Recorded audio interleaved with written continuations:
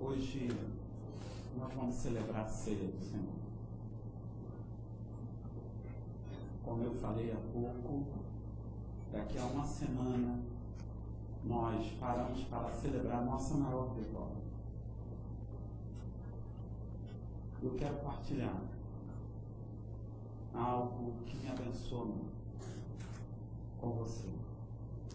E rogo que nesse momento você mergulhe na Bíblia Sagrada. Se você não tem Bíblia, fique perto de alguém. Procure alguém. Mas eu quero partilhar com você 7 palavras. Eu desde já confesso, talvez eu não chegue ao final, mas eu não estou me importando nisso. Porque qualquer uma dessas palavras, elas seriam suficientes para nós nos rendermos diante de Cristo Jesus. Eu creio que o Espírito está aqui. Eu creio que Deus já tem falado com você. Essas palavras não são minhas, são do nosso Mestre. E onde elas foram ditas? Na cruz do Calvário. Na cruz do Calvário.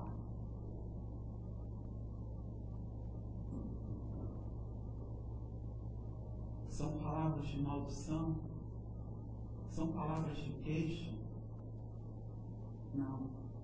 São palavras de vida e vida eterna. Na dor e no sofrimento, o Mestre mostrou o porquê da Deus. Deus, nesse momento eu peço graça e misericórdia. Deus, o Senhor sabe, ó Deus, que eu creio que isso não é um evento religioso. Isso é a Santa Ceia do Senhor. Ó Deus, fazemos isso. Ó Deus, praticamos, celebramos, recordamos. Ó Deus, porque nós cremos que o nosso Redentor vive. Nós fazemos isso não em memória, ó Deus, de uma denominação. Fazemos isso em memória do Senhor, o Senhor do cristianismo. Por isso, Deus, nesse momento, eu peço que o Senhor fale aos nossos corações. Que todos nós estejamos cativos à Tua palavra nesse instante. Que nossas mentes, ó Deus, não venham pensar em mais nada, a não ser naquilo que o Senhor tem para nos falar. Deus, reconheço toda a minha pequenez, todos os meus pecados e falhas. Por isso eu peço misericórdia nesse momento. Naquilo que eu falhar, que o Teu Santo Espírito fale por Deus. É a minha oração em Cristo Jesus, meu Senhor e Mestre. Amém e amém. Olhar para a ceia do Senhor, sem olhar, sem usar a lupa do Calvário, é correr 2 grandes riscos.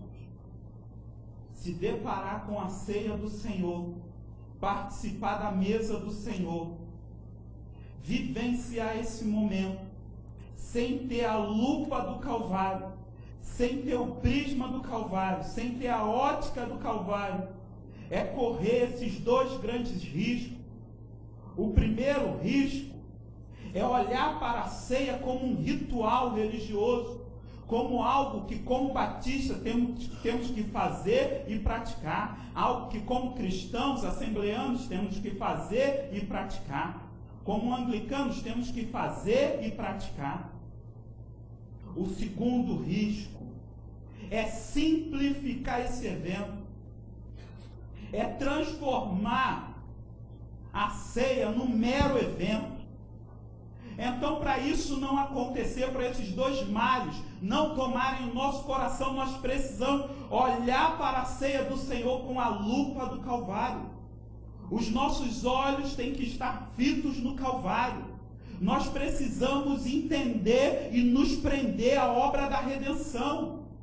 Sem isso, nós não compreenderemos, nós não entenderemos e mais, nós não desfrutaremos do que é a ceia do Senhor. Isso é tão importante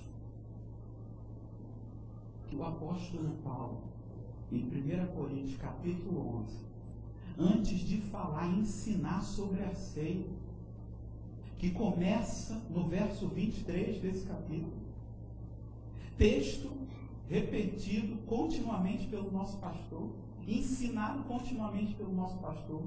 Antes dele entrar nesse detalhe de 1 Coríntios, a partir do capítulo 11, a partir do verso 23, ele traz um alerta de 5 versos. De 5 versos. Sobre o que é a ceia do Senhor e sobre o que a igreja de Corinto estava fazendo com a ceia do Senhor. Entretanto, isto que vou lhes dizer, não os elogio, porque as reuniões de vocês mais fazem mal do que bem, porque eu ouço a respeito de vocês, que quando vocês se reúnem como igreja de Cristo, não é para tomar ceia, porque cada um só pensa em si, e vocês estão deturpando e praticando erradamente a ceia do Senhor. Um alerta, tamanha importância. Nós podemos transformar isso num mero evento religioso, simplificá-lo ao ponto de achar que é mais uma prática. Só que, meus irmãos, quando nós olhamos para o Calvário, isso muda. Isso muda. Isso mexe com o coração, mexe com a alma, mexe com a nossa vida. A primeira palavra, ou a primeira frase, está em Lucas, capítulo 23, verso 33. Evangelho de São Lucas, capítulo 23, a partir do verso 33. Quando chegaram a um lugar chamado Caveira, ali o crucificaram com os criminosos, uma à direita e outra à esquerda. Jesus disse: Pai, perdoa-os, pois não sabem o que estão fazendo. Então eles dividiram as roupas dele e, tirando sorte, repartiram tudo. Irmãos, é chocante esta frase. Quando entendemos quem é Cristo e o que é cruz, essa é a primeira frase do Calvário. A primeira frase do Calvário do Rei dos Reis, do Senhor, do Criador de todo o universo é: Deus, faça cair fogo sobre estes. A primeira frase do Calvário é: Pai, perdoa, pois eles não sabem o que estão fazendo. A primeira frase do Calvário é um retrato de Cristo. É a diferença de qualquer concepção elaborada pelo ser humano sobre o divino, sobre o sagrado. Porque neste momento aqui, o Deus soberano não recebe oferta. Ele é a oferta. E a oferta pede perdão. A oferta dá o perdão. A oferta reparte o perdão. Ele é a oferta. O Deus aqui não pede, ele dá, ele se dá. O que tinha direito de pedir vingança, de fazer cair julgamento, de trazer milhares e milhares de anjos, chega ao ápice de qualquer situação altruísta que poderíamos conhecer ou conceber. o que não tinha mais nada, não tinha liberdade, porque agora era um preso, era um condenado, era um bandido, julgado injustamente, não tinha mais família, a família o abandonou, não tinha mais discípulos, não tinha casa, não tinha nada, não tinha ninguém para lutar, ninguém para o defender, não tinha nem mais roupas, porque o texto diz que suas roupas foram rasgadas e tiraram sorte. O que nada tinha conseguido dar. A primeira palavra é perdão. Aquele que nada tinha conseguiu dar, dá perdão. A cruz do Calvário traz isso. Ele sobe e mostra lá a sua grande missão. Eu não vim condenar o mundo, eu vim salvar o mundo. Cristo nunca mesmo, não há teologia cristã que permita isso. Cristo nunca veio a essa terra para te condenar, para te julgar. Se cristãos te julgam, se cristãos te condenam, eu quero te falar que o Cristo tem falado a mim: Pai, perdoa ela, porque ela não sabe o que ela faz. Ele continua falando: Pai, perdoa ele, porque ele não sabe o que faz.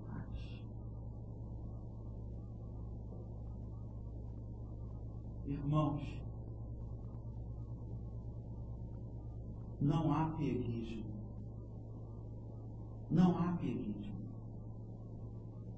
Não há uma palavra de lamento. Mas o que há nessa primeira palavra do Calvário, sabe o que é? Prática do Sermão da Montanha. O que ensinou, e é fantástico isso, olhar para o Sermão da Montanha com essa lupa, com essa perspectiva aqui.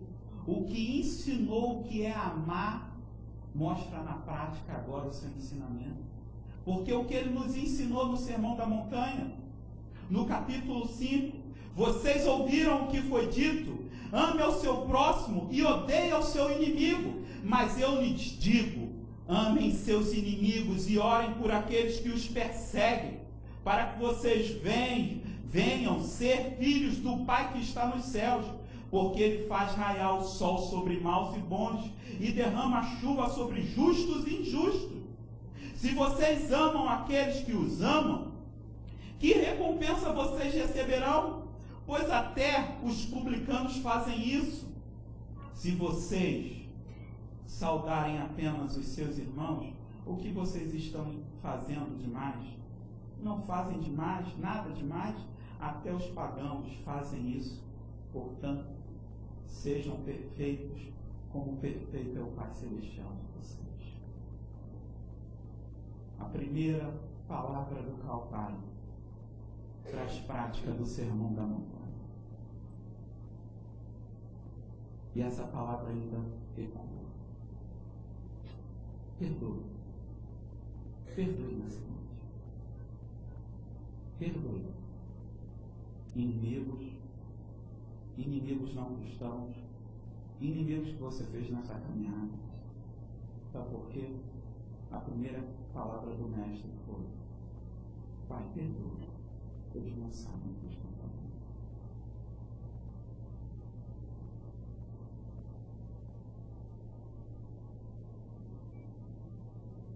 É complicado olharmos para isso e acharmos que isso é uma regrinha, acharmos que isso não pode acontecer, acharmos que isso é impossível, ou é só possível até certo ponto. É possível só até isso. Olha, eu perdoo tudo, mas mexer com os meus filhos não. Isso eu não perdoo. Olha, eu perdoo tudo, mas ficar me devendo não. Olha, eu perdoo tudo, mas isso aqui não. Mexeu com a minha honra.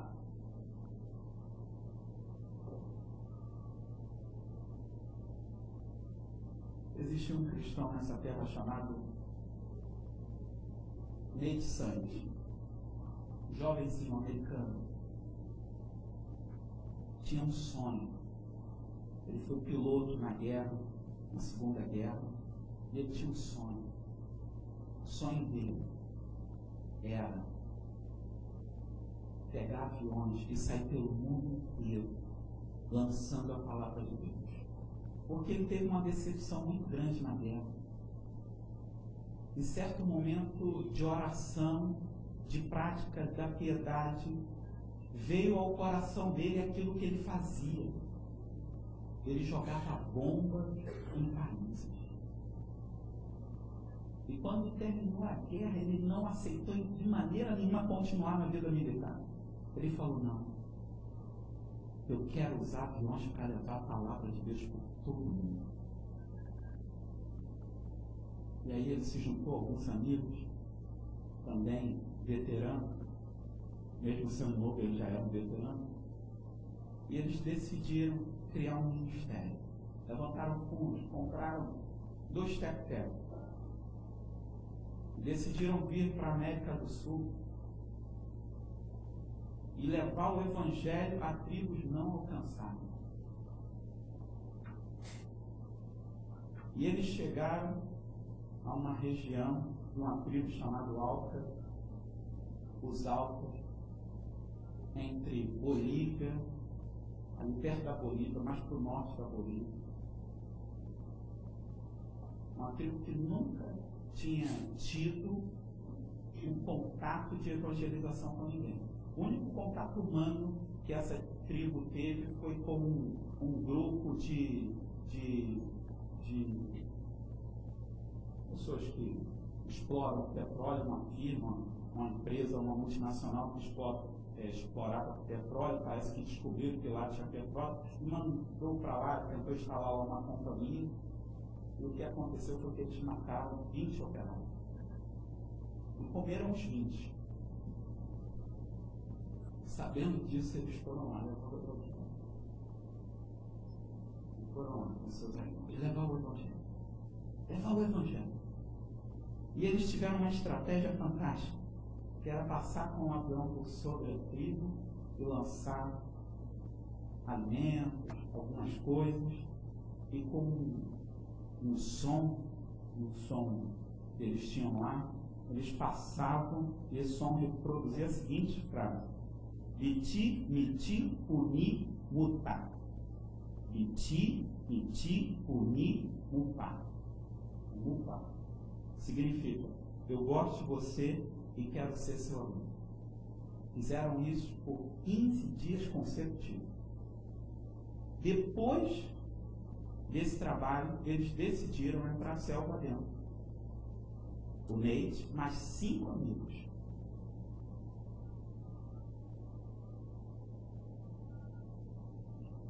Eles pousaram e foram. Nunca mais eles voltaram. Nunca mais. Nunca mais. Foram devorados. Nate tinha 2 filhas. Uma mulher no campo. Todos eram acabados. Todas ficaram viúvas. Sem apoio de ninguém, sem nada, sem ninguém, num país estranho. Elas voltaram para a terra. Isso não. A esposa de Nate falou: a morte do meu marido não vai ser mal. Não vai ser hoje. Sabe por quê? Porque o pai disse: Deus, perdoa, porque eles não sabem o que estão fazendo. Ela continuou o trabalho do marido. Continuar, insistindo. Tiveram o primeiro contato com a tribo. Tiveram uma recepção não calorosa, mas insistiram de novo. Conseguiram, depois de quase 1 ano e meio, o primeiro dia que eles passaram na tribo. E foram insistindo, levando o Evangelho. E depois de 5 anos, a tribo inteira se falou. Meus irmãos, não param, não. Para entendermos essa primeira palavra do Calvário,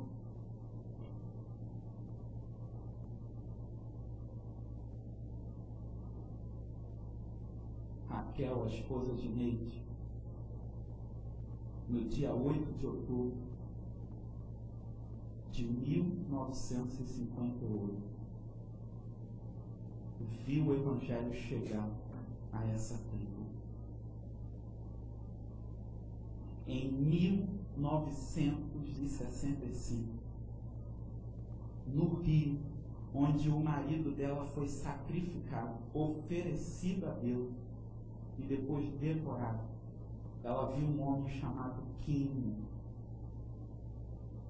que foi o autor que liderou todo esse massacre, ser batizado, sabe por quem? Pela filha dela. A filha batizou o assassino do pai. Meus irmãos, o Evangelho é o que está aqui. Pai, perdoa-os, porque eles não sabem o que fazem. Perdoa.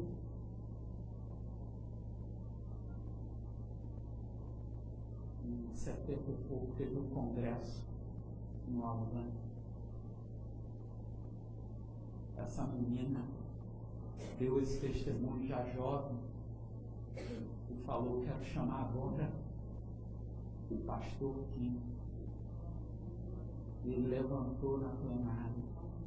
E meus irmãos, só tem uma coisa a fazer nesse momento: é adorar a Deus, porque só Ele pode fazer isso, meus irmãos. Perdoa-lhes, porque eles não sabem o que fazem. Mas já há uma segunda palavra, uma segunda frase, que está lá em Lucas, nesse mesmo livro, no verso 38 até o verso 43. Havia uma inscrição acima deles que dizia: este é o rei dos judeus. Um dos criminosos que ali estavam dependurados lançava-lhe insultos, dizendo: você não é o Cristo? Salve-se a si mesmo e salve a nós. Mas o outro criminoso o repreendeu, dizendo: você não teme a Deus? Nem estando sob a mesma sentença, nós estamos sendo punidos com justiça, porque estamos recebendo o que os nossos atos merecem. Mas esse homem não, ele não cometeu mal nenhum. Então ele disse: Jesus, lembre-se de mim quando entrares no teu reino. A segunda palavra é essa. Jesus de Nazaré respondeu: eu lhe garanto que hoje você estará comigo no paraíso. Eu lhe garanto que hoje você estará comigo no meu reino. Eu lhe garanto que hoje mesmo você estará comigo. Eu lhe garanto que hoje mesmo você vai reinar comigo. E eu lhe garanto. Esta frase choca. Ela choca, meus irmãos. Porque ela derruba, ela destrói todo o meu senso de justiça. Tudo aquilo que eu entendo como sendo justo e injusto, como certo e errado. No começo, ambos os ladrões, iníquos, pecadores, é assim que eu olho para eles, olhavam e zombavam de Cristo. Mas parece que quando Cristo disse: Pai, perdoa-los, porque eles não sabem o que fazem, um ladrão foi tocado e tomado de tal maneira que ele se rendeu. Ele se rendeu e disse: Senhor, lembre-se de mim no teu reino. Meus irmãos, é fantástico o pedido, porque no verso 38 diz que havia uma inscrição sobre a cabeça dele que dizia o quê? No Evangelho de João, capítulo 19, há uma grande discussão por causa dessa inscrição, porque os judeus, eles não aceitaram isso. Eles não aceitaram, ele não é nosso rei. Só Pôncio Pilatos, para desmoralizar Jesus e ainda mais o judaísmo, sabe o que ele fez? Ele pegou essa inscrição e traduziu para os 3 principais idiomas. Então ficou no hebraico, ficou no latim e ficou no aramaico. Uma placa com 3 inscrições, com a mesma inscrição em 3 idiomas. Aquilo que não foi aceito pelas autoridades judaicas, aquilo que foi objeto de zombaria para os romanos, para o bandido na cruz se tornou certeza. Existe um reino, e esse reino se chama Jesus de Nazaré.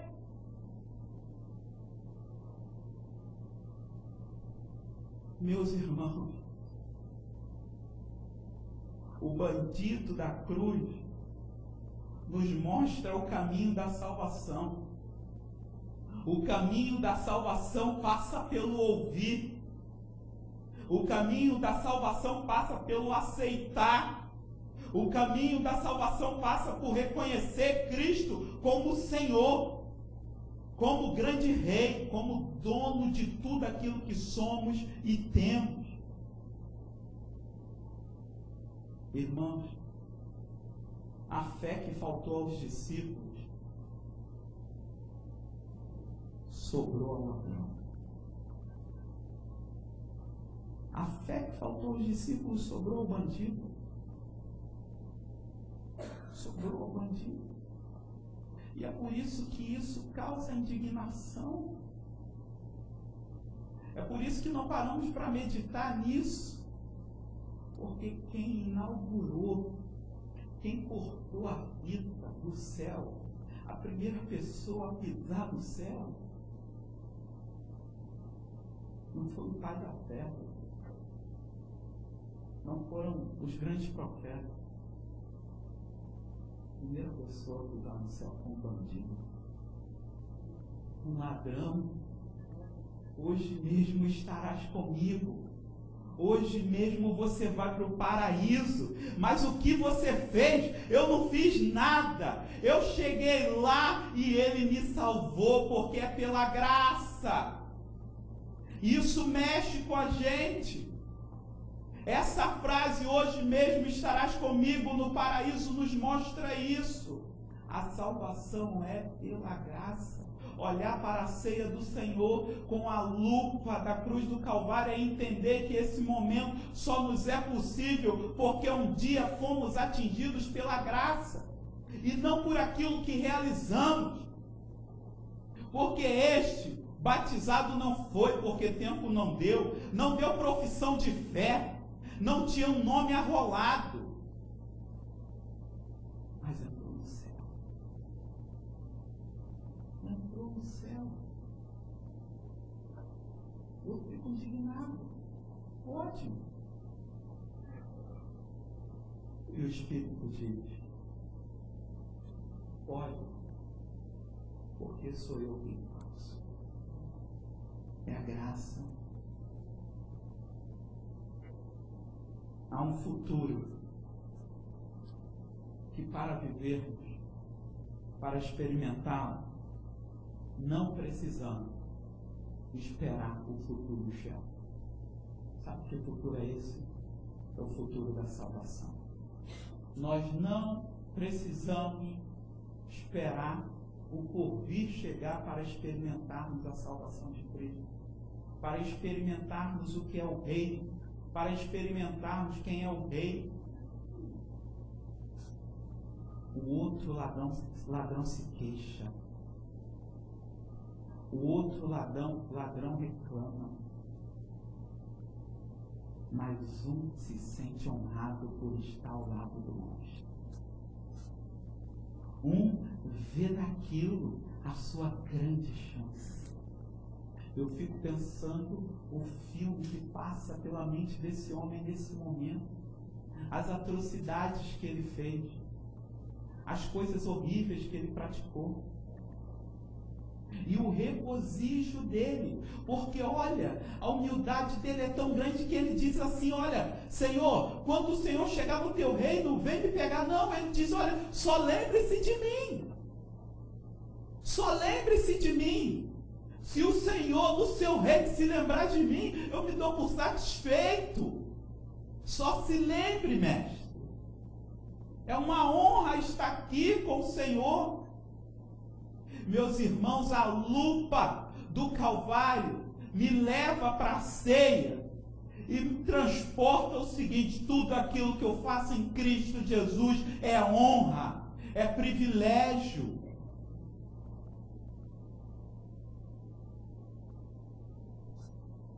Sabe, meu irmão, nós estamos perdendo isso. Tudo tem ficado pesado.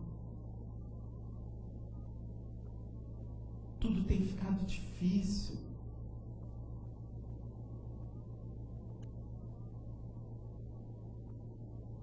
Só a luta do Calvário traz para a ceia e para tudo mais aquilo que fazemos no cristianismo uma grande satisfação, um grande privilégio. É privilégio, meu filho, pregar o Evangelho. É privilégio, meu filho, servir a Cristo. É privilégio, meu filho, adorar a Cristo. Entenda que Cristo te deu o privilégio de estar aqui, de servi-lo, de adorá-lo. O ladrão da cruz entendeu isso. A graça que não foi entendida pelos doutores da lei foi vivida pelo ladrão. A graça que tanto mexeu com Nicodemos foi vivida até as últimas consequências pelo ladrão. Este é puro. Este é o Filho de Deus. Este é Senhor. Fique perto.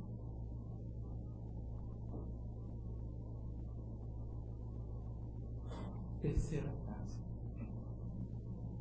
Evangelho de João, capítulo 19, a partir do verso 25.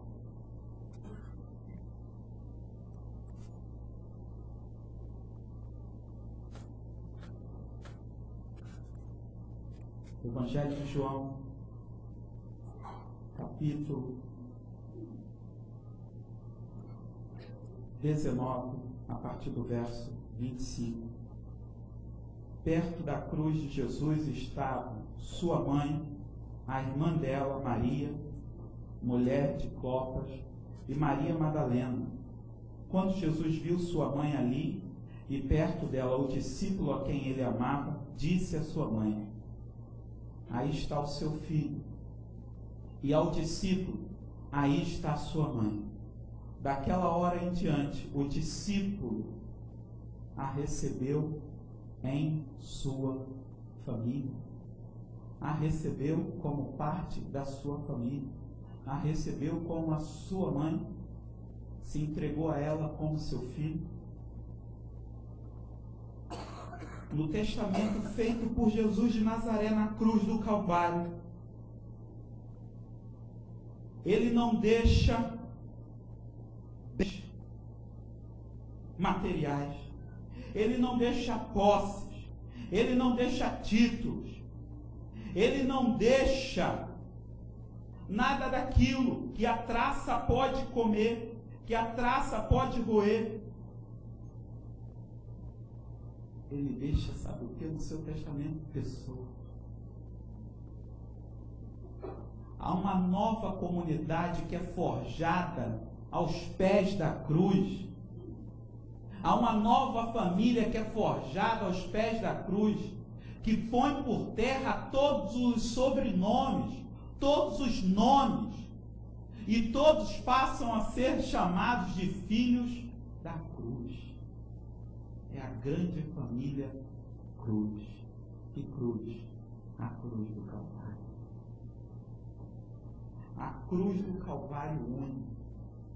Mulher, neste momento, a partir desse momento, está aí o teu filho. E está aí a tua mãe. Aqui, todos formam uma única família. Os filhos são sobrinhos. Os parentes são os da fé. A dor do outro é a minha dor. A necessidade do outro é a minha necessidade. Na cruz do Calvário todos nós nos encontramos e mais, somos igualados. Cai por terra todas as diferenças. A cruz nos une como uma família, uma única família. E mais, a cruz nos mantém em família.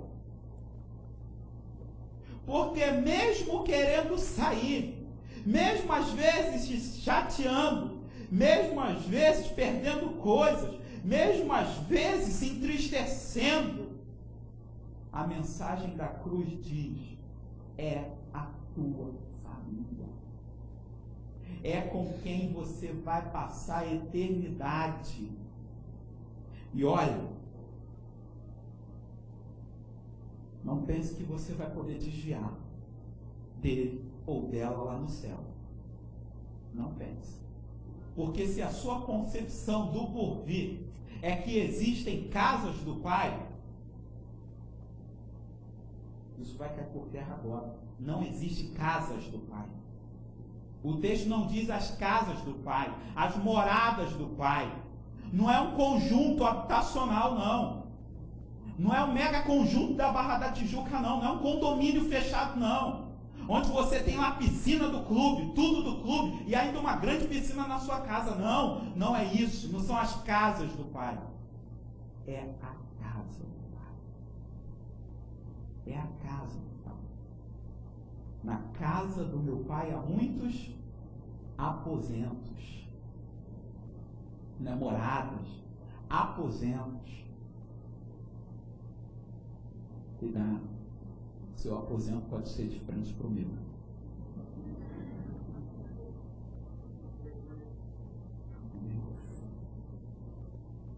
A cruz do Calvário traz isso. Mulher caiu. Dessa hora em diante, o discípulo a recebeu. Meus irmãos, a mensagem está aqui. Nós é que temos que receber. Eu quero te falar, não é o seu irmão que tem que te ver como família. É você que tem que ver o seu irmão como família. Esse que está do seu lado é família. É você que tem que vê-lo assim. É você que tem que ter essa concepção.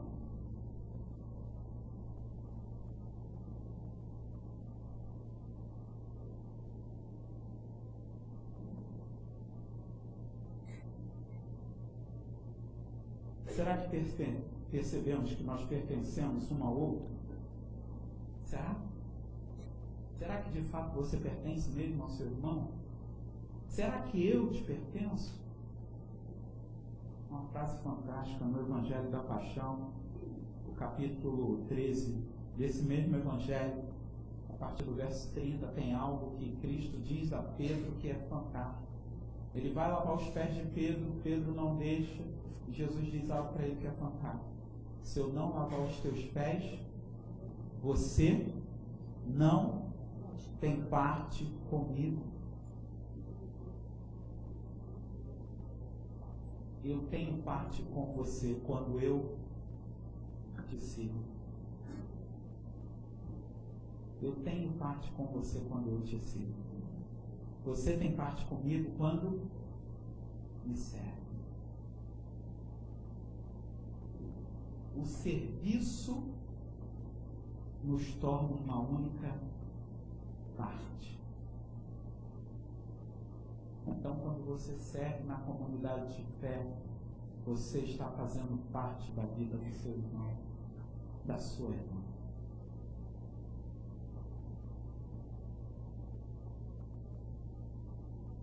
Por isso que ele diz, no memorial da ceia, um novo mandamento vos dou, que amem uns aos outros, como eu os amei. Mas, meus irmãos, há uma quarta frase.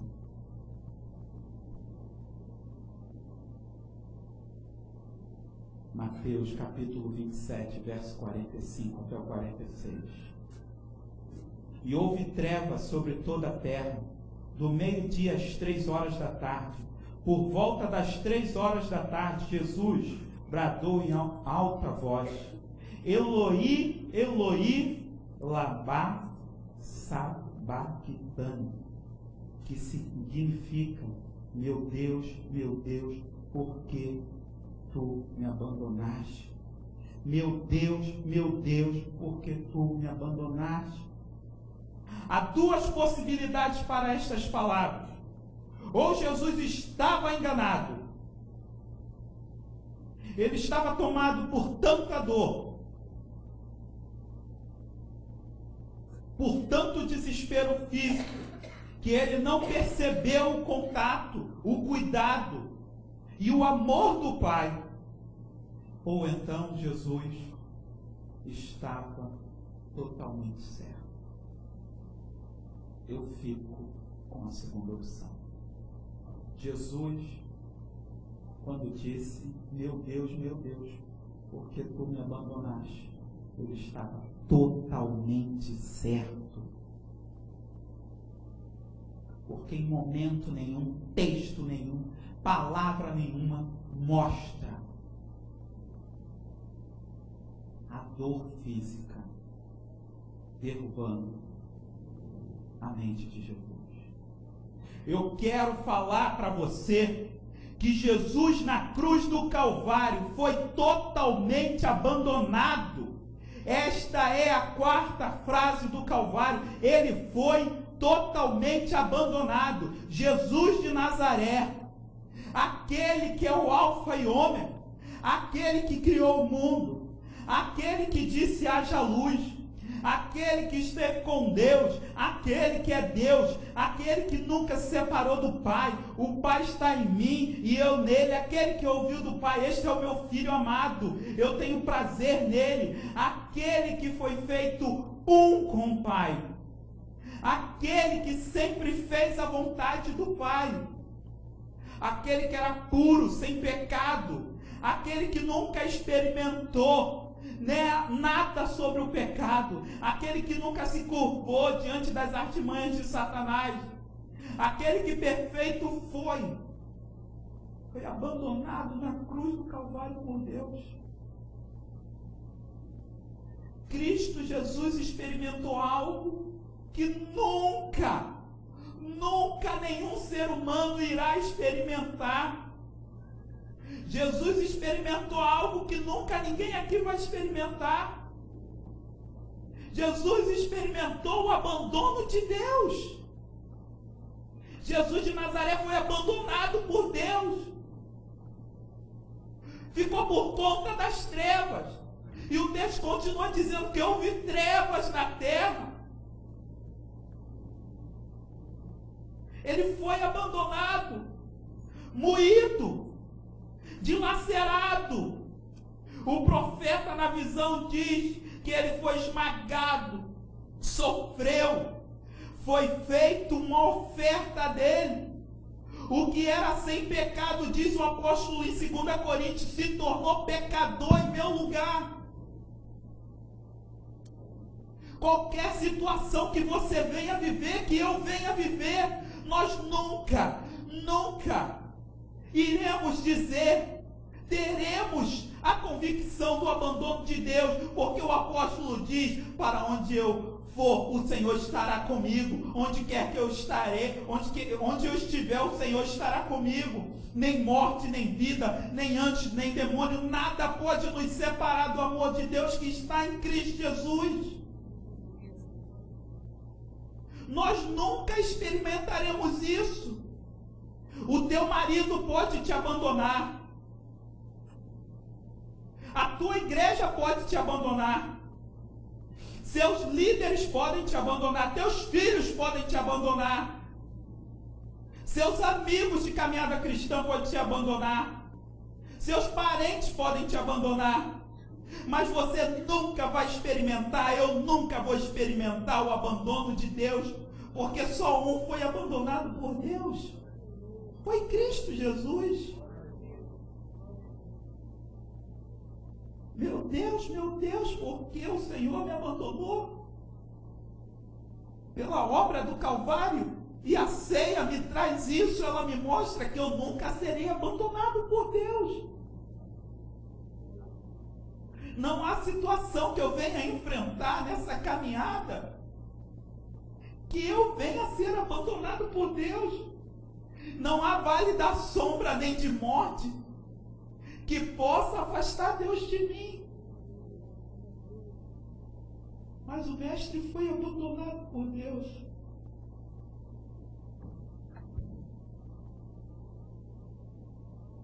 O mestre foi largado por Deus. O mestre não contou com Deus no Calvário. E até nas minhas práticas pecaminosas, eu tenho Deus por perto. Isso é graça.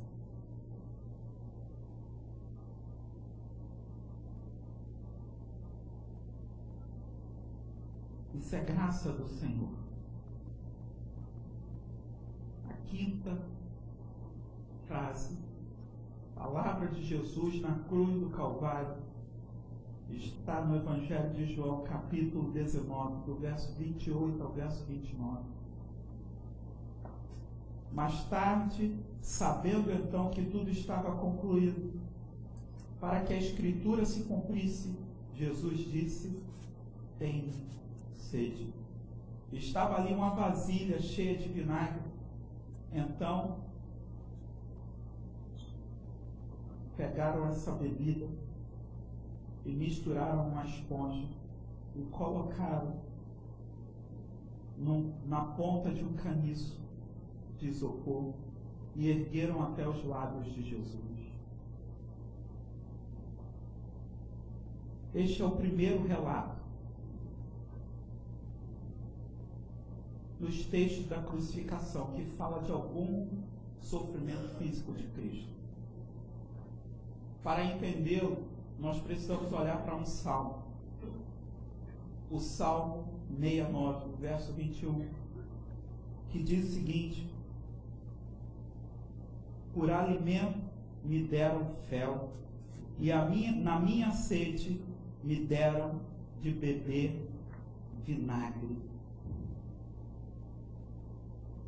Esta frase, tenho sede, poderia ser entendida como um problema físico, uma necessidade física, se não existisse a profecia. Mais tarde, sabendo então que tudo estava concluído, para que se cumprisse a Escritura, Jesus de Nazaré disse: tenho sede. Jesus de Nazaré disse: eu tenho sede, para que se cumprisse a Escritura. A Escritura que o unigênito, o Deus vivo, teria sede, e sua sede seria saciada por vinagre. Aquele que disse, que ensinou o que é sede, o que é necessidade, aquele que disse que ele sacia aqueles que têm sede, agora têm sede. Ele fez isso, meu irmão, minha irmã, para que você nunca mais tivesse sede. Nunca mais um dos seus filhos tivesse sede. Para que todos nós experimentássemos aquilo que está lá no livro do Apocalipse, capítulo 7, a partir do verso 15. Por isso, eles estão diante do trono de Deus e o servem de dia e de noite no seu santuário. Aquele que está sentado no trono estenderá sobre eles o seu tabernáculo, e nunca mais terão fome, e nunca mais terão sede, e nunca mais serão afligidos pelo sol e pelo calor abrasador. O Cristo que tem sede na cruz é o Cristo que mostra que só Ele pode saciar a sede do mundo. Aquele que tem sede, experimente.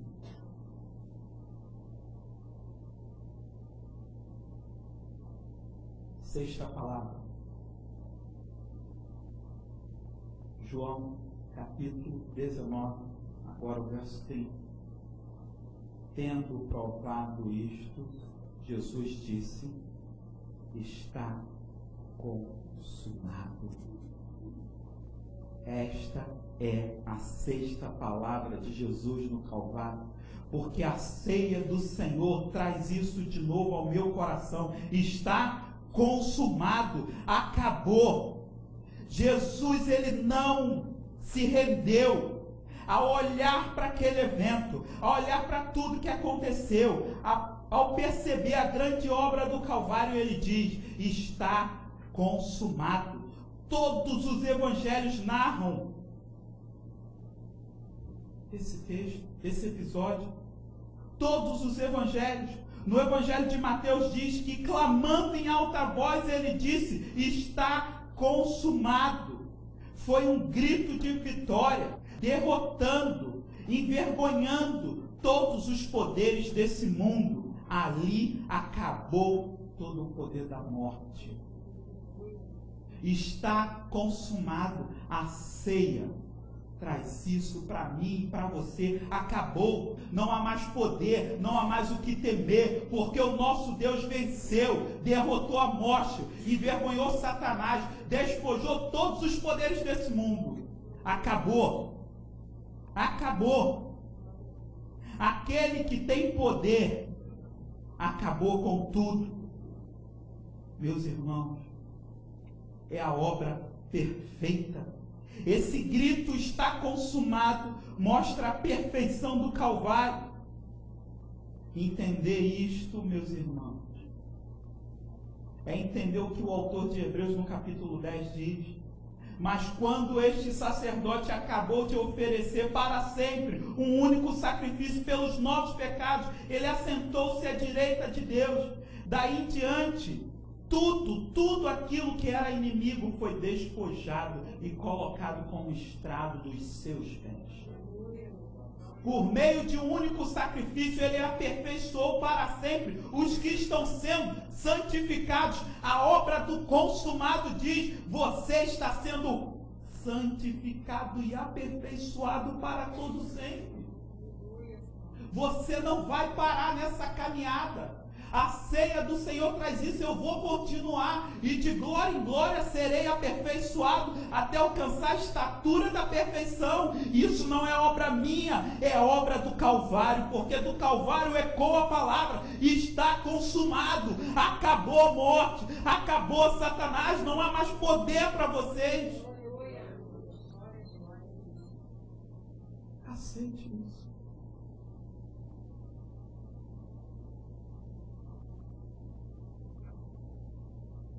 Isso foi tão poderoso, meus irmãos, que no meio das trevas, às 3 horas da tarde, da sexta-feira da paixão, o evangelista Mateus diz que naquele momento, no capítulo 27, o véu do santuário se rasgou em 2 partes, de alto a baixo.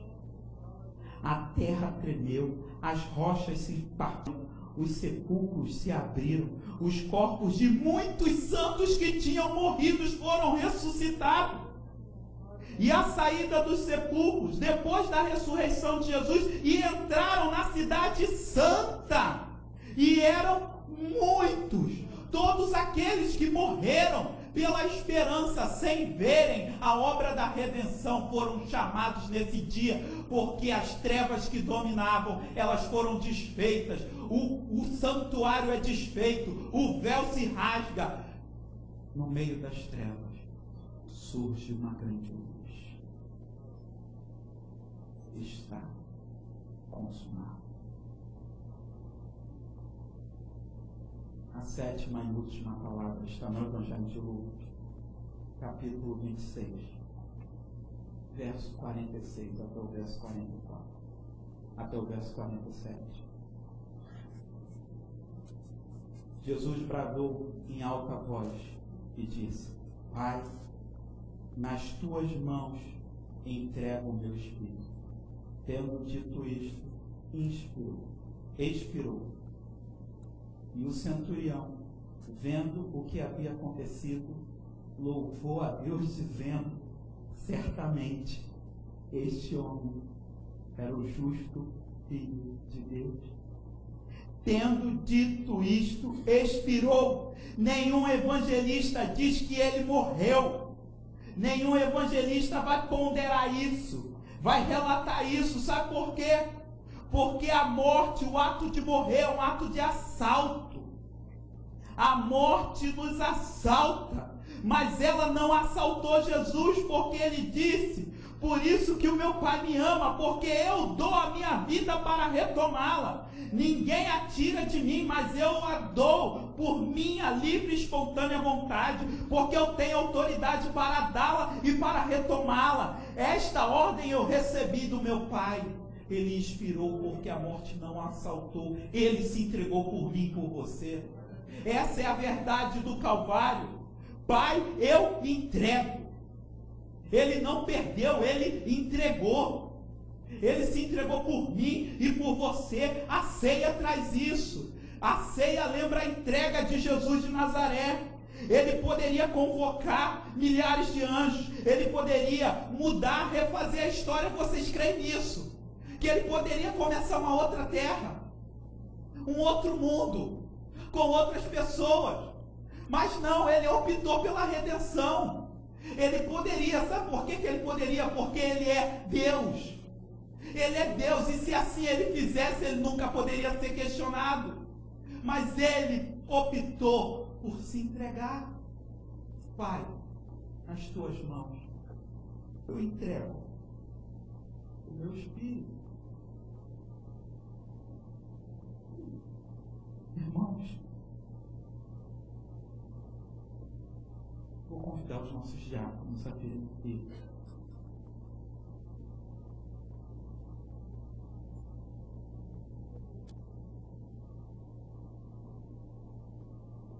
Não olhe para esse momento como algo simbólico. Não olhe para esse momento como uma prática religiosa. Olhe para esse momento, meus irmãos, com a luta do Calvário, com aquilo que aconteceu no Calvário, com aquilo que Cristo fez por você.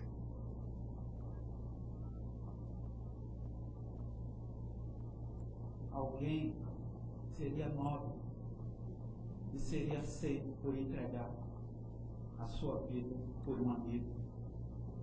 Mas Cristo demonstrou seu amor por nós. Cristo, sendo Deus, se entregando por nós quando ainda éramos seus inimigos. Quando ainda éramos inimigos de Deus, Cristo se entregou por nós. A ceia do Senhor é isso. O primeiro a habitar o amor. E ele habitou porque ele encontrou perdão. E há perdão nessa noite para você. E esse perdão não é dado por mim, não. É dado pelo meu Senhor e Mestre Jesus de Nazaré. Na cruz do Calvário, eu me tornei seu irmão. Você se tornou meu irmão. Meu filho faz parte da sua história. O seu filho faz parte da minha história. A sua vitória é a minha vitória. A sua tristeza é a minha tristeza. A minha tristeza é a sua tristeza. No Calvário, Cristo nos mostrou que a ceia nos lembra que essa obra ela foi consumada. Eu não preciso mais fazer peregrinação, sacrifício, porque tudo já foi feito por Ele lá. Eu estou aqui não como pagador de promessa. Eu estou aqui. Você está aqui como adorador. Na cruz do Calvário. Tudo aquilo que poderia pôr medo em você foi despojado, foi humilhado. E pela entrega voluntária de Cristo, a ti eu entrego o meu espírito. Crendo isso, eu quero orar por você que ainda não conhece a Cristo. Eu quero orar por você.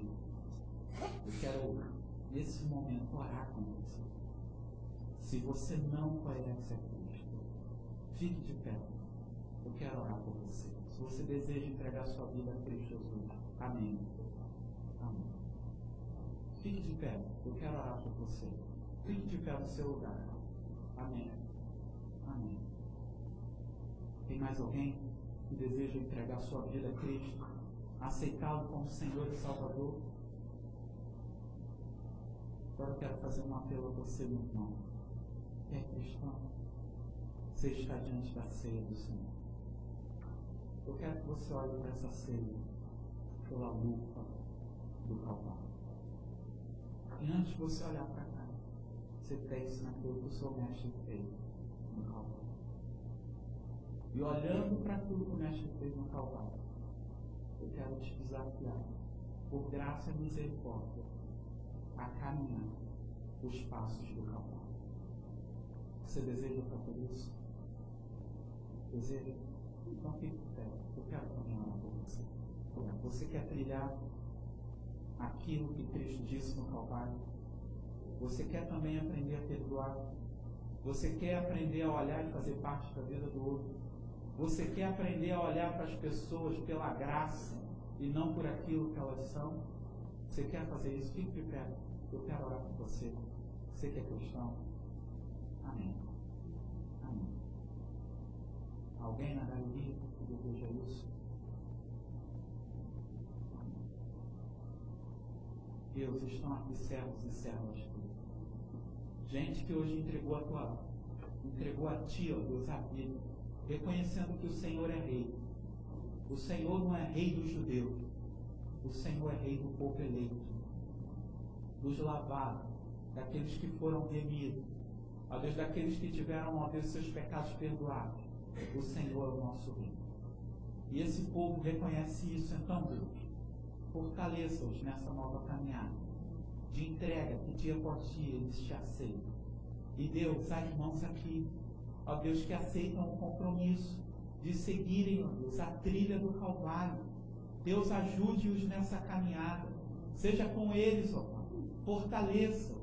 Deus, que eles aprendam a perdoar como o Senhor perdoou. Que eles aprendam a olhar para as pessoas como o Senhor olhou. Ó Deus, que eles aprendam, ó Deus, a entender a grande obra, ó Deus, que o Senhor fez e o poder dessa grande obra.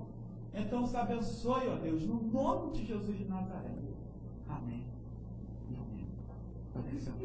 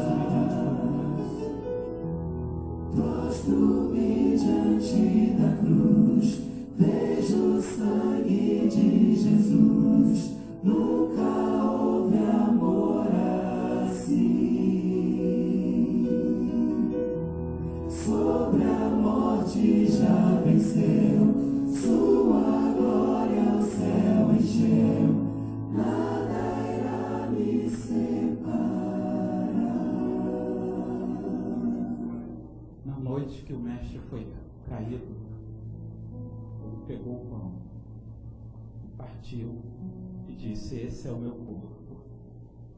Ele foi traído. Começava ali um caminho de derrota, mas o partir do pão, que representa o partir do corpo, não era derrota, era a minha, a sua vitória. Crendo nisso, comamos o pão.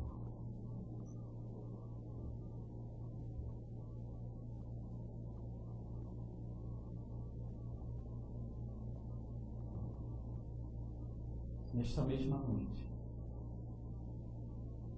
o traidor estava lá. O cálice recebeu, Cristo disse: esse é o sangue que contém um novo pacto, uma aliança que é derramada em favor de você. Façam isso todas as vezes que vocês beberem em memória. Bebamos.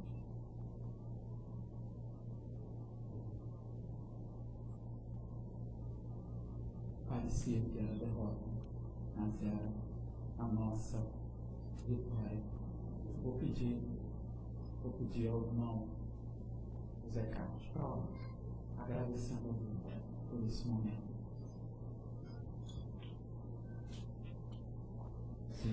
Senhor nosso Deus, com alegria, Senhor, nós queremos celebrar, Senhor, ó Deus, a oportunidade que o Senhor nos concede, Senhor, de participar deste memorial, Senhor.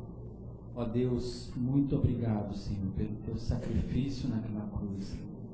E queremos te dizer, Senhor, que, ó Pai, pela tua misericórdia nós somos salvos, Pai.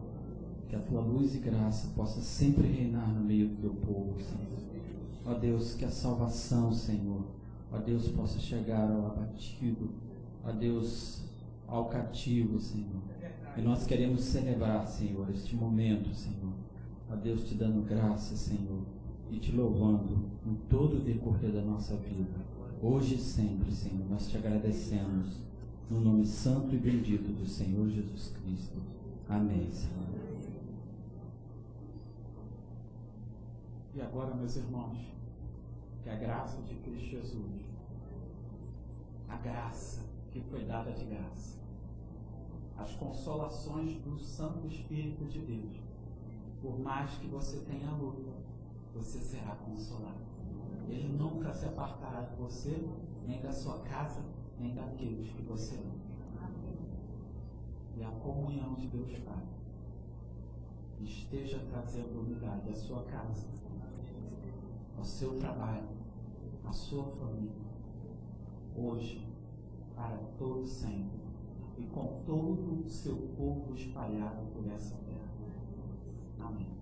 Faça uma oração silenciosa enquanto a equipe ministra. Lembrando, meus irmãos, por favor, depois do culto, subam até o terceiro andar. Tem festival, acho, lá de pastel. Vá lá na cantina, por favor. Suba lá, cantina da juventude. Você será muito bem seguro. Vamos fazer uma oração silenciosa e que Deus nos abençoe.